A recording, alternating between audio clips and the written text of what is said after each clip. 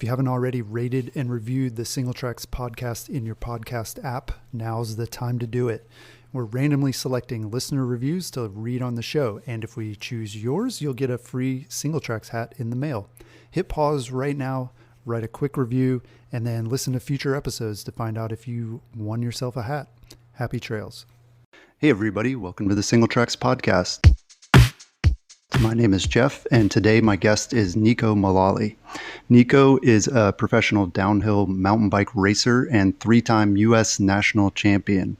He's also the founder of Windrock Bike Park in Tennessee and is currently part of the Intense Downhill Factory racing team.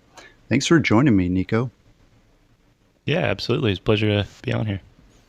So you got started mountain biking and racing mountain bikes actually at age 13. How did you find your passion at such an early age? Yeah, my dad was actually into mountain biking, and he got my brother and I into the sport.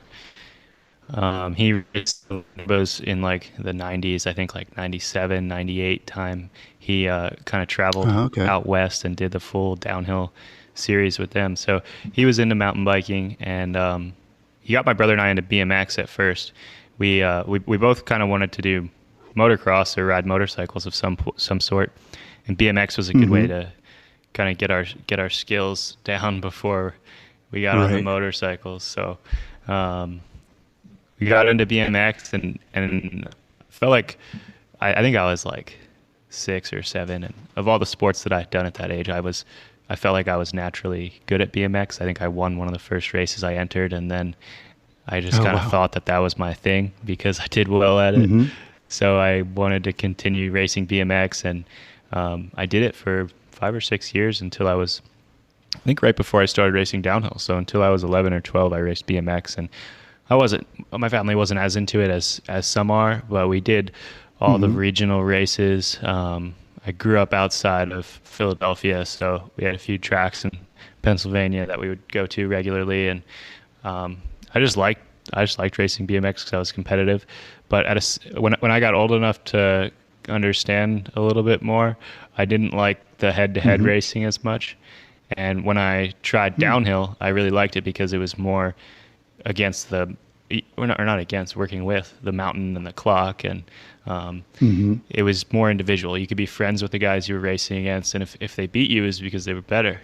In BMX, you could cut somebody off, and it was more like bar to bar, which in some ways I kind of liked it when I was a kid, but it just became like not a cool scene, I guess, at the track. Like you didn't get to ride very much. If you went to a BMX national, you might be there all day and do 3 or 4 laps around the track. So you didn't ride your bike very much, and you kind of wanted to kill all the people you're racing against, where in mountain biking it's much more welcoming and friendly. And I guess at the time, it would be 2006 when I started riding. That was my first downhill race.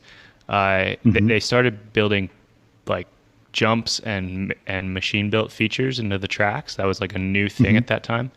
And coming from BMX, I could do all the jumps. So when I started racing downhill, I was pretty good at that right away because I was better at jumping than some of the other people that had just been in downhill. So that kind of gave me a little bit of an edge. And then, I enjoyed it. And that's kind of like once I did my first downhill race, I don't think I ever did a BMX race again until I was older and just went back for fun. But that's kind of how I got started. Yeah. And you were just out at Sea Otter just last week at the races, and you got second place. How was that racing there? Yeah, it was cool. I hadn't been to Sea Otter since 2013, so it'd be like 8 years ago. But that's always a big race in the U.S. And when I was first getting into pro racing, I would go to Sea Otter every spring, and it was like a big date on the calendar for American riders. And once I got into World Cup racing, it was often conflicting, or like you just got back from a trip to Europe and the last thing you wanted to do is go on another trip. So yeah, it's been a while since I was at Sea Otter, but it was so cool to go back there. And it being in the fall this year was more laid back. The racing is not maybe as important because the track isn't as gnarly as a regular downhill track. So the racing is kind of like an extra thing to the expo there. But there's tons of industry and fans, so it was cool to race and do well in the race and see everybody there. And a lot of the sponsors that support you through the season are there more than World Cups. So when they see you in person and do well, even though it's kind of a smaller race, it's definitely a good thing. Yeah, yeah, that makes sense. And like, I guess at Sea Otter, do they still do four cross? I mean, it sounds like your BMX experience makes you kind of like not interested in doing that, but seems like Sea Otter is one of the few places where they still do four cross, or are they still doing it? I don't think they've done it in the past couple of years. Slalom is the big thing now, and Oh, right. slalom's super fun because it's just like four cross, but it's not head to head. So, well, it's head to head, but you can't. There's no contact. It's just who can turn the quickest. Yeah. So I didn't do it this year because I just was going to do the downhill. I kind of went on my own to that race and didn't want to just have too busy a schedule this year. It was cool to like see a lot of the sponsors and industry, especially in California, that I hadn't seen for really 2 years, that haven't been able to like a lot of industry people can't travel and like the company won't let them. So it was cool to Right. see all those people, and I didn't want to just have too busy a schedule. But Seattle Slalom is definitely a big one, and hopefully, I think Seattle's in the spring again next year, which is its normal date. So I'll try to do it next year. Yeah, that would be awesome. Well, I read that your first mountain bike race was at Snowshoe in West Virginia. And I know you've also raced there a number of times over your career, most recently for the final two rounds of the 2021 World Cup downhill season. What was it like racing such a big event on those familiar trails for you? Oh, it was super cool. We our season was cut short the past 2 years.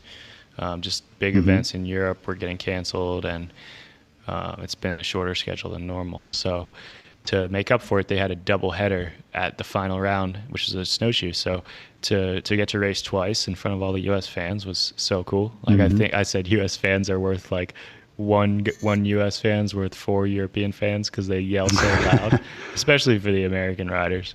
So it was so cool Yeah. to race, and like there was so many people there, and um, there's so many American fans. It's the number one country that watches the Red Bull TV broadcast for downhill. So to have a race here is makes sense. Like in the past, Yeah. there was races in Europe only for so many years, and we'd go to Mount St. Anne in Quebec, but we needed a U.S. round. Like we hadn't had one since Hmm. Wyndham quite a while ago. So to bring Snowshoe back, like props to Snowshoe for putting on that race. It's a ton of work and sometimes difficult for a resort to justify having one of those races because there's a lot of work and expense Hmm. involved. But they love mountain biking, and it shows their commitment to it. So it's awesome that Snowshoe brought that race back to the U.S. and they're on the schedule for the next 3 years as well. So it's awesome to Yeah. have that, and hopefully more fans in the Southeast can get out and see a race in person. Yeah, yeah, I was there, and that was the first time I've seen a World Cup race in person. And yeah, I mean, it was like you were like the local favorite, right? It was like, oh, the local guy is coming down, and yeah, I definitely you could feel it. Like the people on the course were really stoked to see you, as an American and somebody who's like raced there and has a lot of history there. Yeah, it was super exciting to see.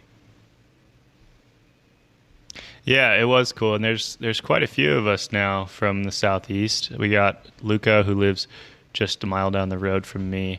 Chris Grice, who's right here in pretty much the same distance from my house. So we got a little crew here in Brevard, and then Dakota lives in Knoxville. So we've got like a bunch of good U.S. riders from the area, and it was yeah. I think the fans were stoked to see us all racing out there in person. I stopped on the side of the track in practice just because, like in practice, sometimes you split the course so you can not do a full run and burn too much energy. And I Hmm. like couldn't even think. There, people were just yelling so loud for the 2 minutes that I stopped to like catch my breath Yeah. and look at a Huh. line. Like they're just yelling at me. So it was rad. That was super cool. Yeah. Yeah, that's awesome. Well, yeah, you mentioned that sort of the downhill race scene in the Southeast in particular is growing. And a big part of that is 5 years ago, you and Sean Leader opened Windrock Bike Park outside Knoxville. What have you learned through the experience of building and operating a bike park? Man, I learned a lot doing that, and in a bunch of different ways, like business wise, and bike park wise, and industry wise. Like, yeah, I didn't go to college. I finished high school and had already been like missing a lot of school to go to Europe and race. So as soon as I finished school, I pretty much just moved down to North Carolina so I could ride year round, and just wasn't interested in going to college. So when I started the bike park, that was kind of like, I feel like in a lot of ways, my education. Like I just jumped into it. Sean and I had put all of our own money in to make it happen. And we had to like stretch the dollar pretty far because we couldn't ask for more budget. Like when we ran out of our money, then we just didn't have any more. And if we weren't selling a lot of lift tickets, then we didn't have any money to run the park. So we kind of had to do it well, and it taught us pretty quick how to balance everything and run a business like that. It's awesome that Coal Creek, who's the company that owns the property at Windrock Off-Road, they gave us the opportunity. Like I was maybe 23 then, and didn't have much experience, you could say, with doing something like this. Would be credible from racing as a pro rider, but they were just really excited to work with us and allow us to put this bike park in with not a lot of restriction. So to have that chance to like go to a mountain and learn on the go, without having like certified trail building classes or have like a ton of experience trail building, like they just let us kind of tear into it. And we learned pretty quick, like instead of reading a handbook that said, you need a water bar every 100 feet, you can't have a grade steeper than this. Like the stuff we made either was good or washed out, and we didn't want it to wash out anymore. So we figured out how to make it not wash out. And like the trails were either fun or not. So we changed them. Like it was very learn on the fly. And we were pretty good judges of our own work. So like if we didn't like it, we just redid it and changed it. It wasn't like we were doing it and leaving or doing like a trail building job for somebody else that we wouldn't see again.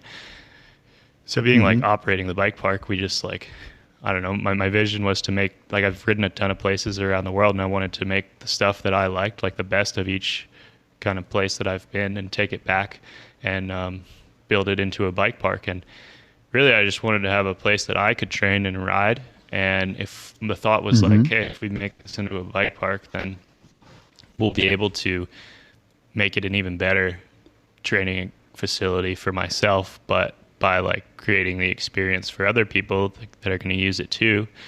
They can all pitch in and like buy their pass, which is, it's not a donation. Like they're getting the day of riding, like the experience that they get is the value of their lift pass, and we can use that money to improve the whole place. So it was like a very good win-win situation of how we can kind of make a bike park and get it off the ground without having a ton of upfront expense and overhead. And it was a ton of work in the beginning. Like Sean and I pretty much did everything. Sean's from Knoxville, so he did a lot more than me, I'd say, as far as on the ground work.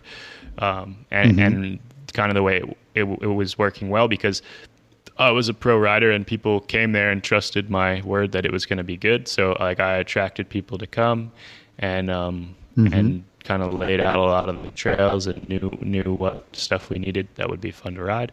And Sean did a ton of the operations work. So it was, it ran great.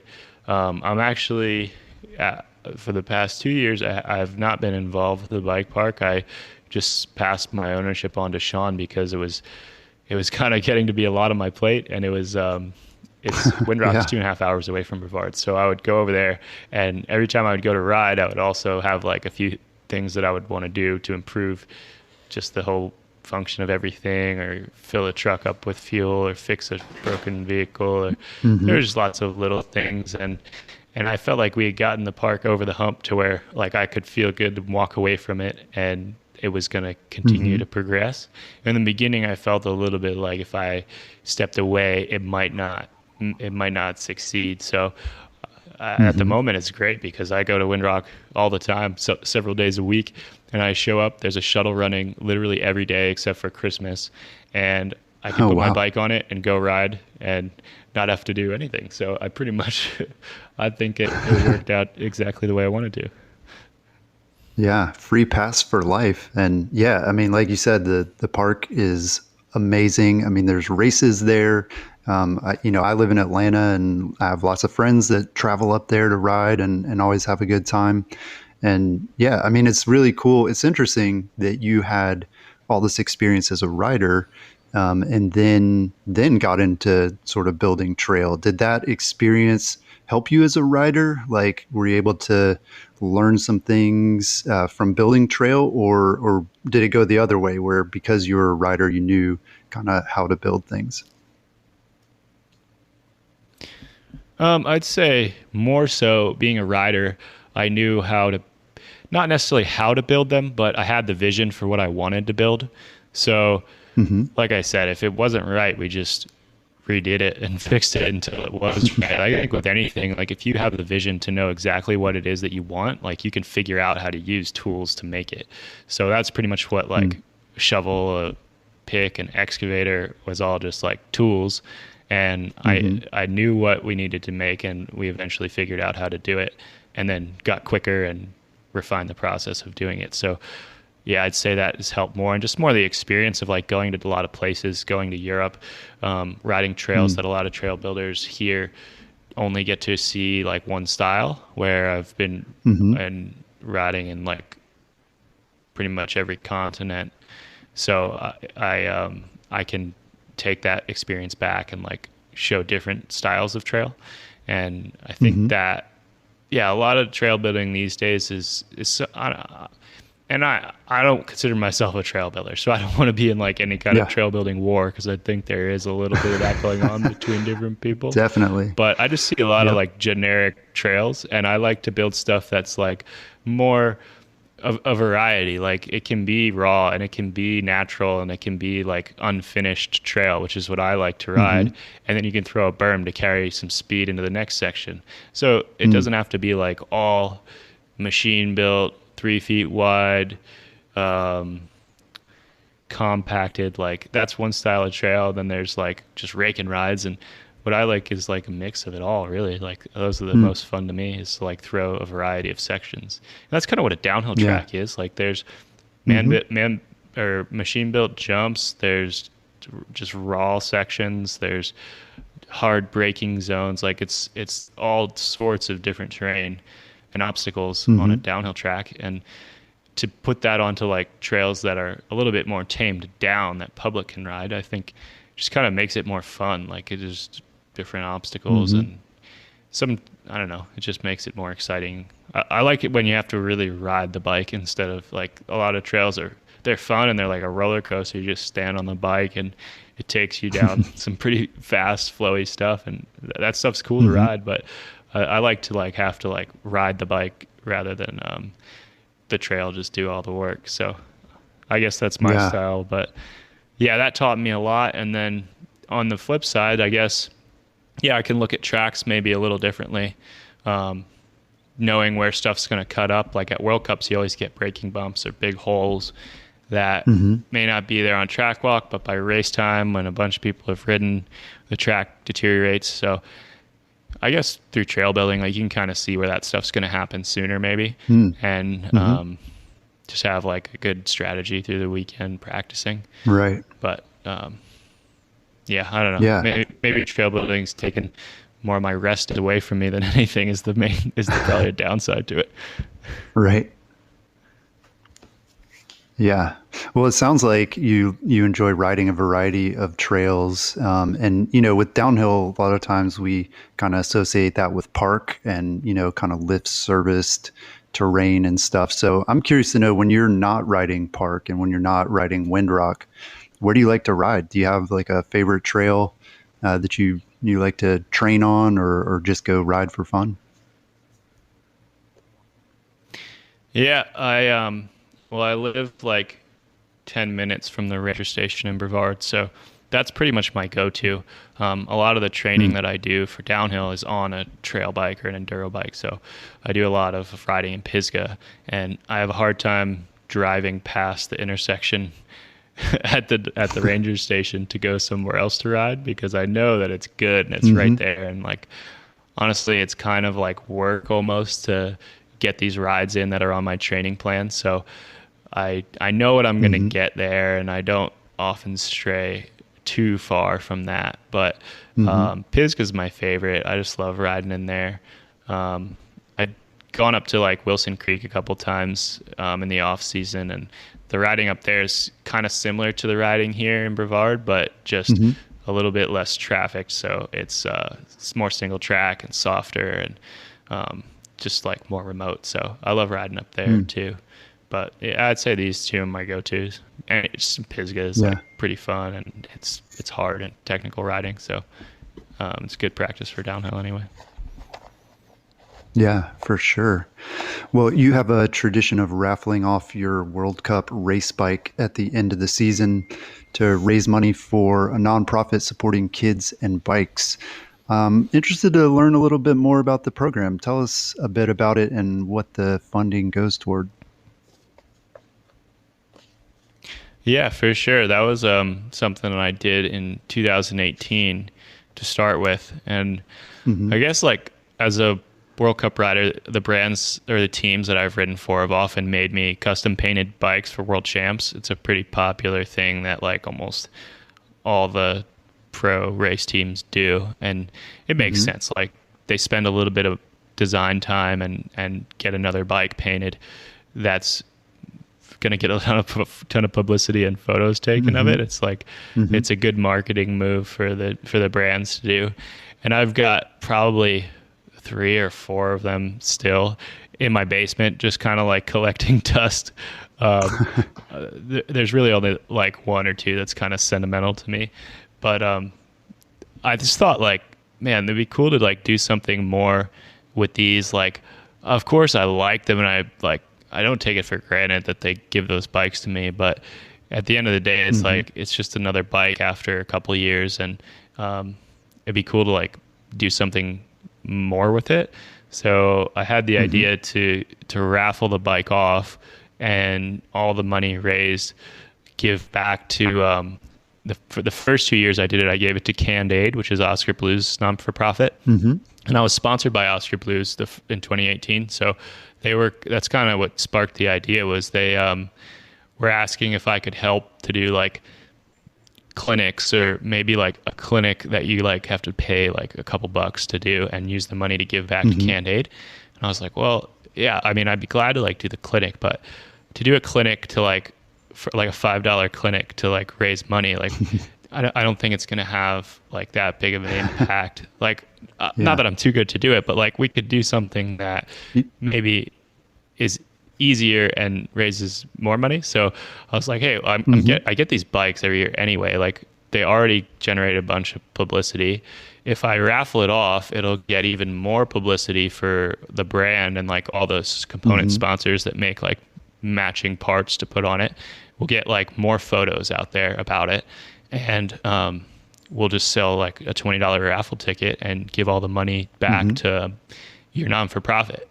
So it worked out great. Like the first 2 years, I raised $25,000 each time, Wow.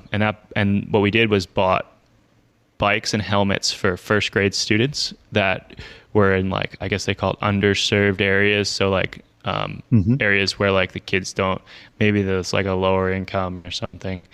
And we went to this, like I went to 2 of them with them, and it was so cool. Like all the kids came out, and I told them a little bit about biking, and then we like surprised them by saying that they were going to get a bike to keep. And the kids were so stoked. Like they rode them around the playground, and like they were just really, really happy about it. So it Mm-hmm. was pretty cool to see that like the kids actually get the bikes. And then we did, when Oscar Blues owned the rebrand here by DuPont, we did a clinic where all the kids could bring them out, and we taught them how to ride the pump track and everything. And that was Oh, pretty cool cool. to see them like using the bikes more. And the Riveter, the dirt jump and climbing gym that just opened here in Asheville, I was out there riding, and there was a couple kids with the bikes like a year later, and these are pretty like low end kids bikes, and they were still there. They took them out there to ride them. Wow. So I was like, man, that's so cool that awesome. They're still into it. So I thought it made a difference. But anyway, this year I'm doing it again, but instead of doing it with Candid, I'm doing it myself, and I'm gonna be buying a higher end fleet of bikes. So like those bikes were basically $100 for a bike and a helmet. And so when we raised 25 grand, we got 250 kids bikes, which had like a big impact to a lot of people, but they were like their first bike. Maybe they were very basic bikes. So this year, what we're going to do is buy like real high end mountain bikes, and we're going to do it at Canuga and potentially other bike parks that want to participate, and keep like maybe a fleet of like 5 to 10 nicer bikes. The bikes will be in a system like just like the rental bikes, and kids can apply into the program. Maybe I'll make them like write an essay, just so like a paragraph why they want to do it, and of course like we'll accept everyone, and just make it so that they have like some barrier of entry. They have to show interest, and once they do that, then they're in the program, and they can book their time slot to use the bike on whatever day they want to use it, just like a rental, but they don't have to pay for it. And they don't have to pay to ride at the parks either if they get accepted into the program. So yeah, I think it's a cool way to like give back, but also teach the next generation of kids, like if they really want a bike, if they really want a mountain bike, they can do it. Like it's not the money that's going to hold them back from it. They just need to show that they're interested, and the opportunity will be there. So also for like every, I don't know, we're going to make some sort of time limit. Like if they use for every 5 days they ride the bike, they need to spend an hour learning how to do maintenance on it, or maybe a day doing some trail work. Just, and like, I'm not trying to like get anything in return. I'm just trying to help them to be like good stewards of mountain biking, teach them the right way. Like all they have to invest is their time to come out and participate, and then hopefully we can teach them to be like good future ambassadors of the sport. Yeah, that's a really interesting area for sure. I mean, the first round, it sounds like, you're able to reach a lot of kids. And also, it's funny that you saw some of those bikes a year later, people were still riding them. I wonder if the person who ended up getting your downhill bike in the raffle, I wonder if they're still riding that bike, or if they ever did. I don't know. Maybe it's in a museum or something. But yeah. I saw one of them at Windrock actually, and I said to the dude, like, I was on the shuttle, I was like, I obviously knew it because it was a custom painted YT with my name on the side. I was like, hey dude, nice bike. And I think it was like a muddy day, I had a rain jacket or something on, and he was like, oh thanks, I actually won this bike in a raffle. And I was like, yeah, I know.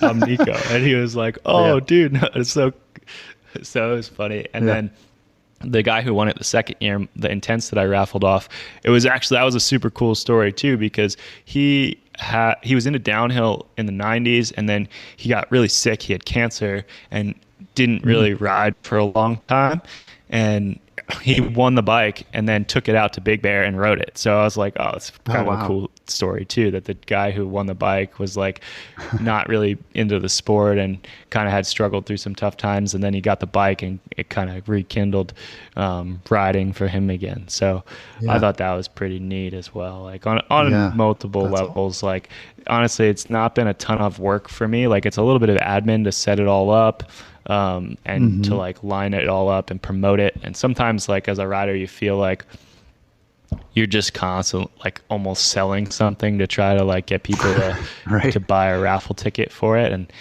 like you don't want to be like, I don't want to identify with like I am the guy that just does the like giveaways and like I'm a good person because I do this. Like honestly, I just want it to have as big of an impact as it can. And sometimes it feels like a little bit of pressure to like do all the fundraising and make it all happen, but it's really not that much work, and like to see it have such an impact is really gratifying. And I'm just stoked that for one, like kids can experience what I love about mountain biking themselves, and that a couple of people have gotten to win the bike, and kind of been seeing them enjoy riding on the bike that I was given. So pretty cool. Yeah, it's a win all around. Well, we're going to take a break real quick, but when we come back, we're going to talk about money, Neko's relationship with crashing, and preparing for competition. Stay tuned. Are you enjoying the Single Tracks podcast? Well, we could use your support. The small but dedicated Single Tracks team works hard to share the mountain bike information that inspires epic adventures. Through this podcast, our worldwide database of trail maps and photos, and daily news and reviews on the website.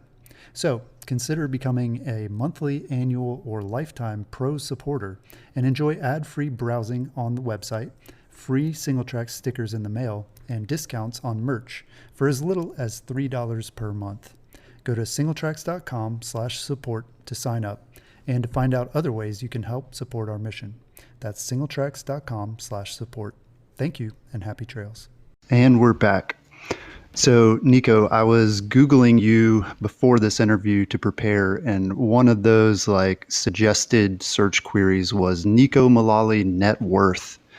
So I want to ask you, why do you think people are so interested in how much professional mountain bikers earn? And did money play into your decision to pursue a career in racing? That's funny. Should be Neko Mulally net debt, because racing costs money, and I spent all my money making a bike park, and I don't know, doing all these other stuff that we do. Like I also do the Downhill Southeast series, and that has just like cost money for many years. So it's funny. Like I don't know why people would search that. I can say now that like I'm 28 years old and I've been competing professionally for 10 years, and I'm very grateful to live a good life and have a nice house here in Brevard, and get to pretty much make my own schedule and go ride every day. But I definitely am not like raking in the dough. So I'm able to live a good life here and kind of do whatever I want and not worry about money too much. Like it's off season now, and it's me and my buddies ride motocross a lot in the off season, so I'm like fortunate enough that I can go down to the dealership and buy a new bike and not have to like stress about that too much. But definitely don't have a sports car, don't really ever desire to have one, even if I did have a lot of money. Or like I set up my spot here in Brevard. I built my house like 5 years ago now, and have like got it dialed in to where we've got like a pretty cool bike workshop in the basement. I've got a gym. I've got like everything I need, and I'm a couple minutes from the trails. So don't really ever have a desire to like move house either, because I've like set my spot up here and it's dialed in now. So I don't know. I don't know why people are interested in the money part of it. It's not really ever been an interest to me. Like I've always been like, oh, I need to make enough money. Like this is all the things that I'm going to do this year. I need to make enough money to like cover being able to go do all that stuff.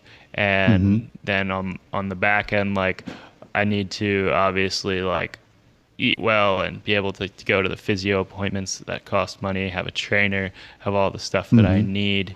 And then like some things that I'd like to have, like a van and dirt bikes and stuff like that. And then be able to have enough money to not worry about bills and stuff. So that's pretty much like what I look at when I need to make my budget. But I definitely don't like, I don't think money's like a driving thing for me. It's more that I want to have like enough money to have time to do the things I want more than anything. And I'd say most people involved with mountain biking are probably along the same lines. Like if you wanted to make a lot of money, you should definitely go into a different industry and don't have anything to do with mountain biking, because it's not really an industry you're going to get rich in. There's some riders that like top guys, like my teammate Aaron Gwynn, he's done really well for himself, but he's like 5-time World Cup overall champ. So he's got the results, and he's like won 20 World Cups, and so he can command a lot more salary than a lot of other guys. But yeah, I'd say it's not made really any difference for me wanting to get into the sport was making money or like the hopes of one day like just having like a big salary. Like I just wanted to go and more with like the deals that I've gotten in for race teams or whatever it was. It was like, firstly, I want to have the best equipment. So is the team going to be able to provide me that? Secondly, I want to have the best support. So what does this team staff and structure look like? And then after that, like if the money is good, like a good salary for the value I provide, then awesome. But it's like the third thing on the list when I'm looking at sponsorships and stuff. So yeah, that's, I don't know. I don't think net worth and mountain biking should really be searched in the same thing, because you're not going to find anything like. Right.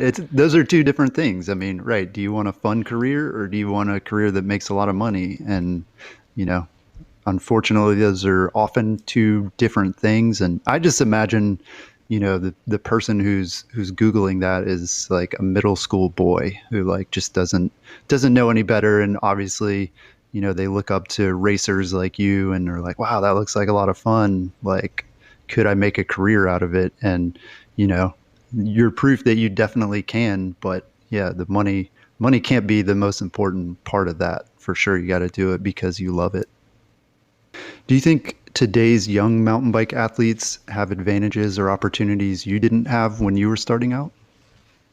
There's more equipment that's sized for younger riders. There's a lot of kids bikes out, good bikes, downhill bikes, enduro bikes, even e-bikes now that are like 24, 26 inch small bikes that are like fit for kids. So when I started, like I just rode a size small, like big bike. And like, I think I was 14 the first year where I took it seriously.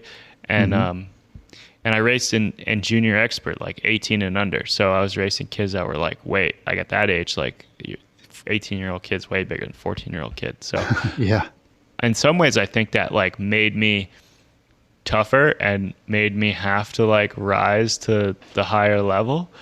As well, when I was junior in World Cup, like 17 and 18 is a UCI junior age. And when I was racing, there was no junior category. You raced in the elite category. You qualified into the elite final. And there was only really like 3 or 4 juniors that were trying to do that. And now they have a junior category, a junior race, totally separate. And there's like a lot of the races, there's 50 or 60 kids doing it. So in some ways there's more opportunity. And in other ways it's like I had to go through a tougher road. So it made me stronger by doing that. So yeah, I'm not really sure.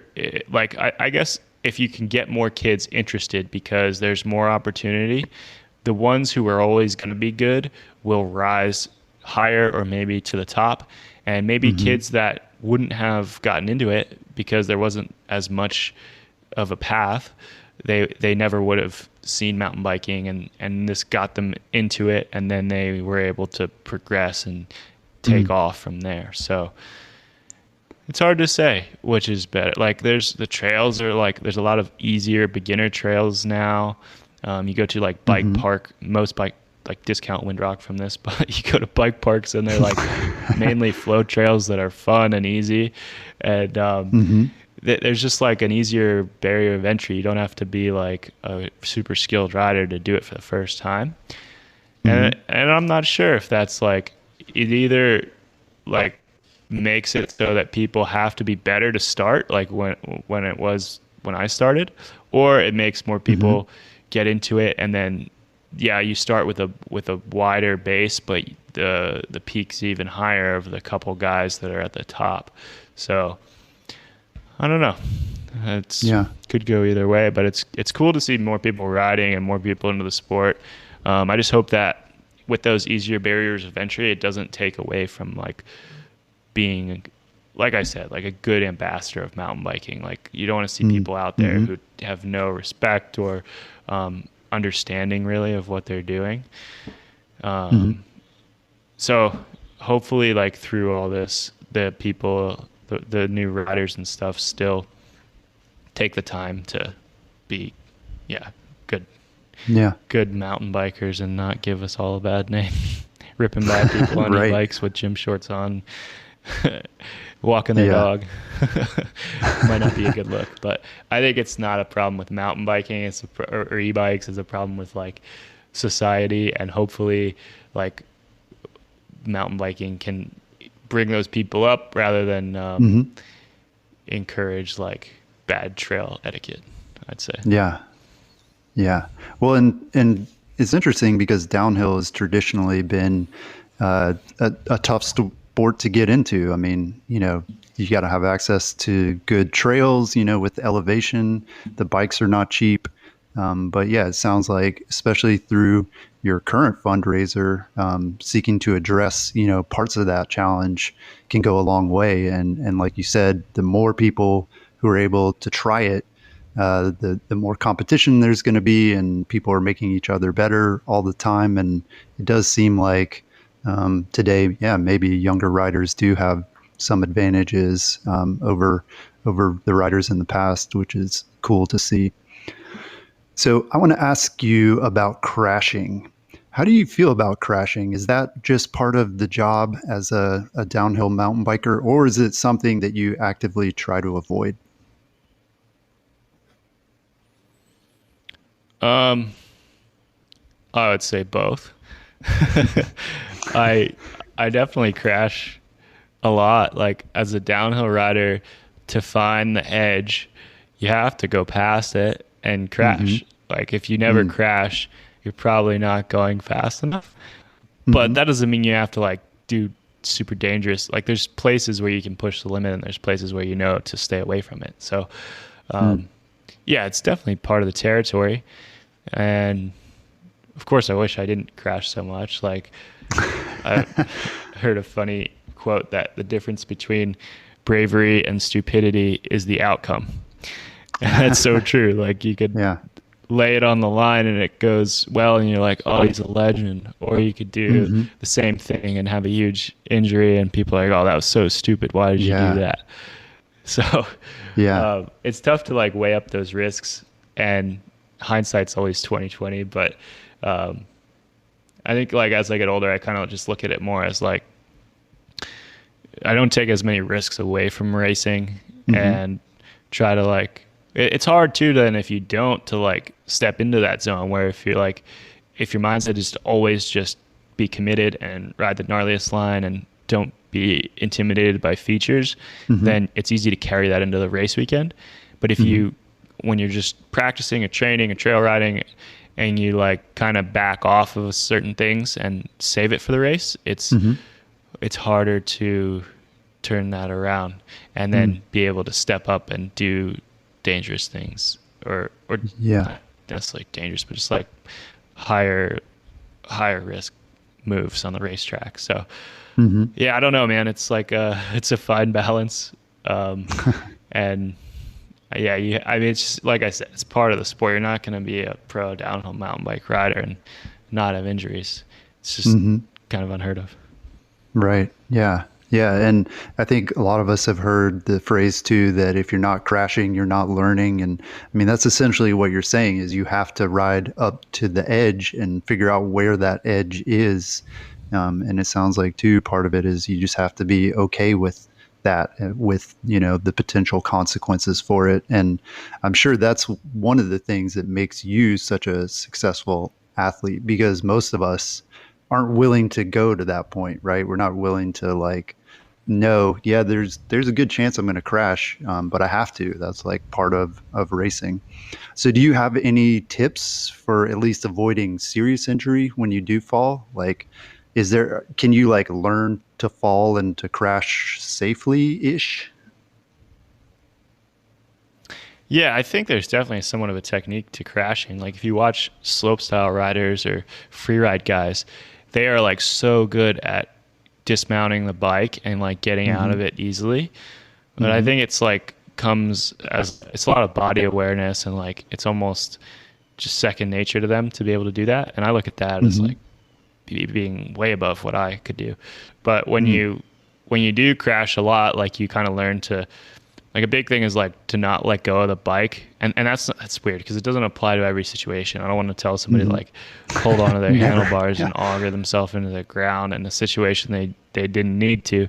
But a lot of times, like if you take your hands off and put them out, you're going to break your wrist or break a hand or something like that. And most of the time, like riding the bike out is going to be the better move. Like if you go back and watch Loic Bruni, he has a video on his Instagram from World Champs.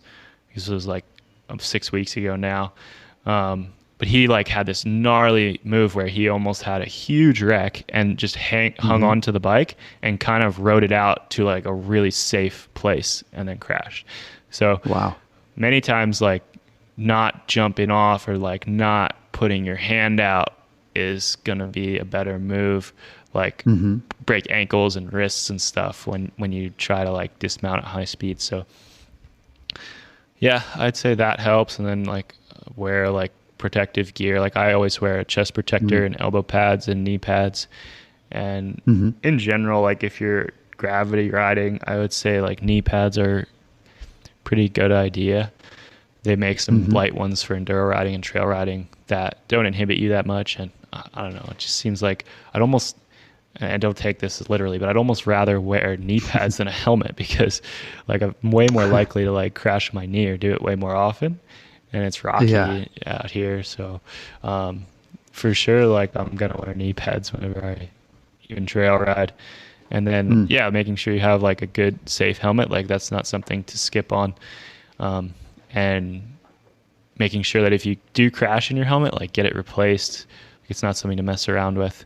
A lot of people are in favor of with full face helmets, neck braces. I don't wear one because it's difficult to move in it and almost feel safer having full mobility than having that brace.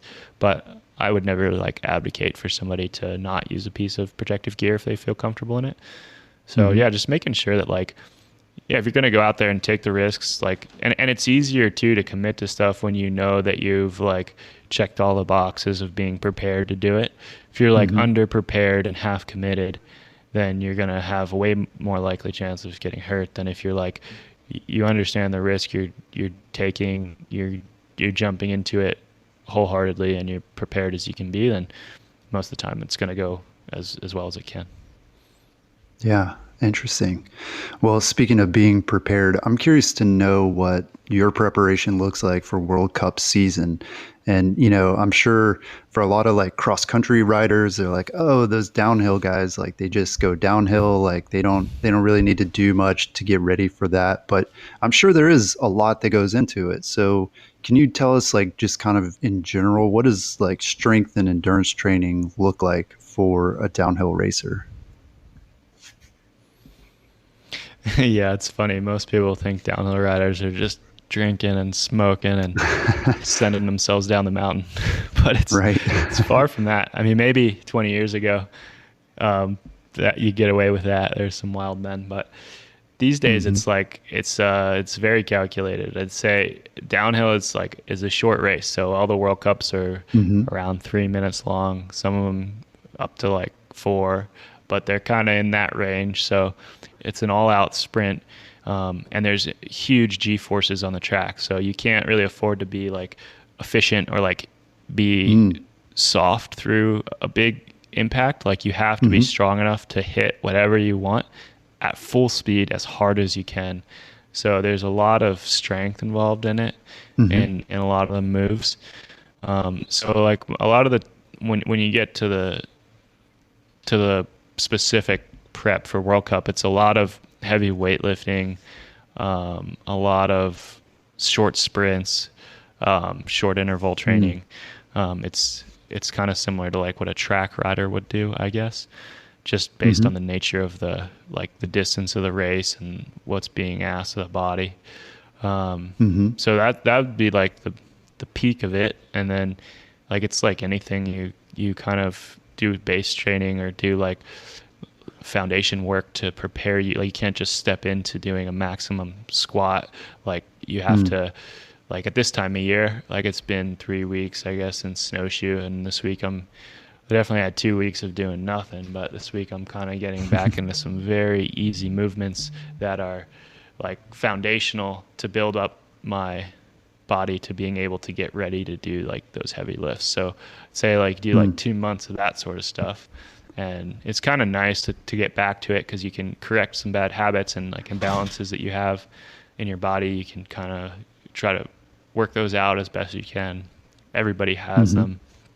And riding downhill as well, like you always ride 1 foot forward. So I find that like my pelvis is slightly shifted and like my body is developed on my back more on one side than the other because you're constantly in this position that's like staggered stance. So you don't want to like go too, like I've tried to like go too far to correct those balances and it's almost worse. Like I've had like a ton of back pain trying to like straighten that out. But when it's just like the way that it naturally is, you kind of have to accept some of it. But like when you have an injury to a shoulder or something, trying to get them both pushing evenly and trying to get like both your knees and ankles like feeling good, that's like kind of like the time to do it this time of year and just build the platform. And like some of it gets to be pretty hard. Like a lot of the foundational stuff is, builds on itself and then gets you ready to be able to do the heavier lifts and the more intense, like all out max power stuff that you do before the season kicks off. Yeah. Yeah. Interesting.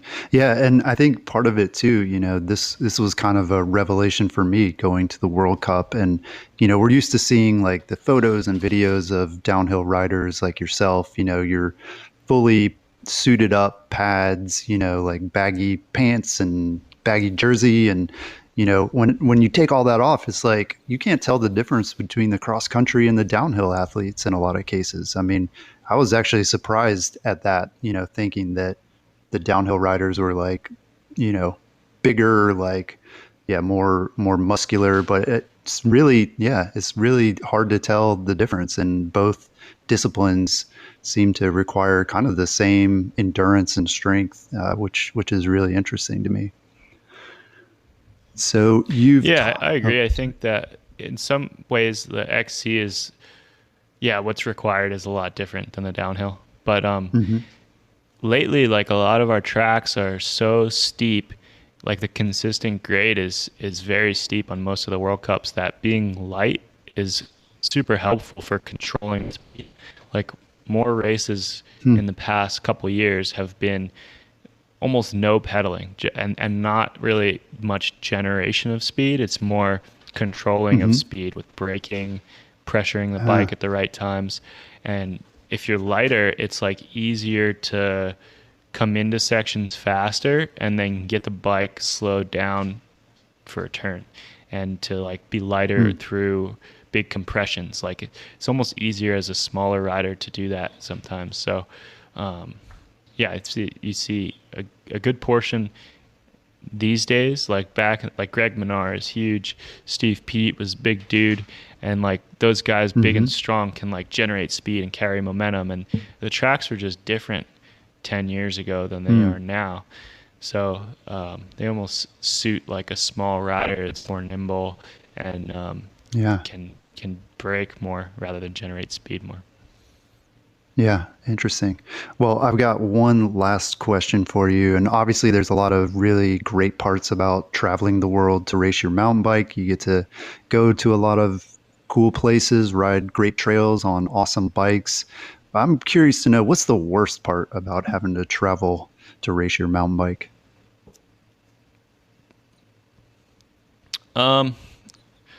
I would say like just the hassle of traveling. Like a lot of times to go to an event, it's like a day of your life gone. Right. Sometimes two, because like you gotta get packed, and then like a lot of times we'll fly to a race on a Monday, we'll spend like the whole Monday getting ready, going to the airport, packing. Like it's not really a day you're gonna do much else, and then your flight's overnight, and you get into Europe the next day in the afternoon, and it's like that day's shot as well. So you just lose a lot of time, I'd say, traveling, and it's exhausting. Like a lot of the races we go to over there, like we'll fly to Europe and back 5 times a year, and you get there the week before the race and try to, like, I'm pretty good at getting back onto the time zone, but it's still like, it's not the most restful thing to do the week before. Like if you had a big race, you probably wouldn't skip a night of sleep and go to bed 6 hours earlier and wake up 6 hours earlier than you normally do, like leading up to your event. So we have to do that traveling, and that's kind of a pain and makes it difficult. Just like breaking everything down into your gear bag and your bike bag and traveling again, like it's kind of a pain. But I can't complain about it. I get to go to cool places. I get to go to ride at some awesome spots. And if I wasn't doing it professionally, I'd probably like be working to save money to go there on my holiday. So I definitely have no ground to complain about having to go to these events. Yeah, that's awesome. Such a positive attitude. And obviously you're a great inspiration to a lot of riders. And we wish you the best success, and thank you for taking the time to talk with us. Yeah, absolutely. It was a pleasure. Thank you. Well, you can head over to nekomulally.com to purchase this year's bike giveaway fundraiser poster to help get more kids on bikes. And you should also follow Neko on Instagram at Neko Mulally, and we'll have a link to his profile in the show notes. That's all we've got this week. We'll talk to you again next week.